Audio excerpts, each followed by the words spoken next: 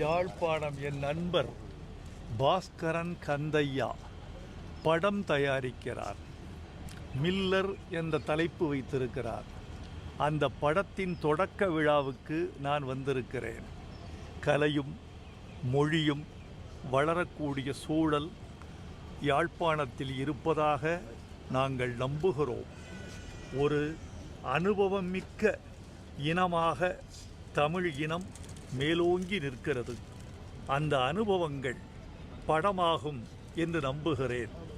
மனதில் வலியும் மார்பில் தழும்பும் உள்ள இனம் கலையிலும் மேலோங்கி நிற்கும் என்ற நம்பிக்கை எனக்கு இருக்கிறது.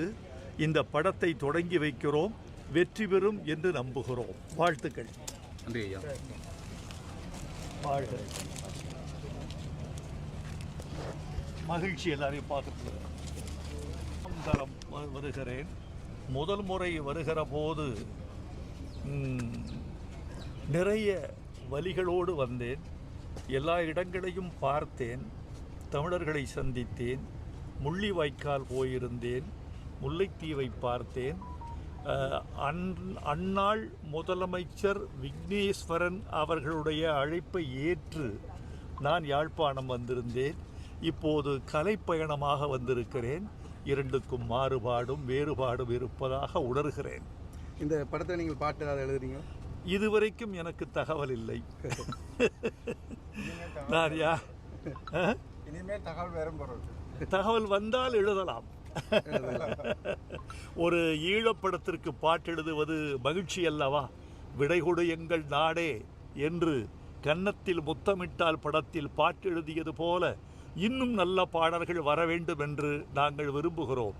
என்னவோ யாழ்ப்பாணம் என்று நினைக்கிற பொழுதே நெஞ்சில் ஒரு பரவசமும் ஒரு துயரமும் கலந்து கலந்து வருகிறது. அது என்னால் உணர முடிகிறது. என் சொற்கள் கூட வழக்கமான சொற்களாக வெளிவர தயங்குகின்றன. அதை சொல்ல முடியாது, அதை உணரத்தான் முடியும்.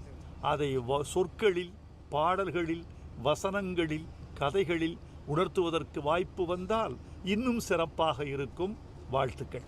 அப்போ எதிர்காலத்தில் மணித்திரன் சாரோட நீங்கள் வேலை செய்யணும்னு ஆசைப்படுறோம். அந்த மணித்திரன் சாரோட நீங்கள் எழுதின பாட்டுகள் இன்னும் மறக்காது. ஏஆர் ரஹ்மான் சாரோட அவ்வளவு வேறு விஷயம், அந்த பாடல்கள் மறக்கவே மறக்காது. எங்களுக்கு எதிர்காலங்கள் அது எதிர்பார்க்கலாம் தான் மறக்காது. வாழ்த்துக்கள். பார்க்கலாம்.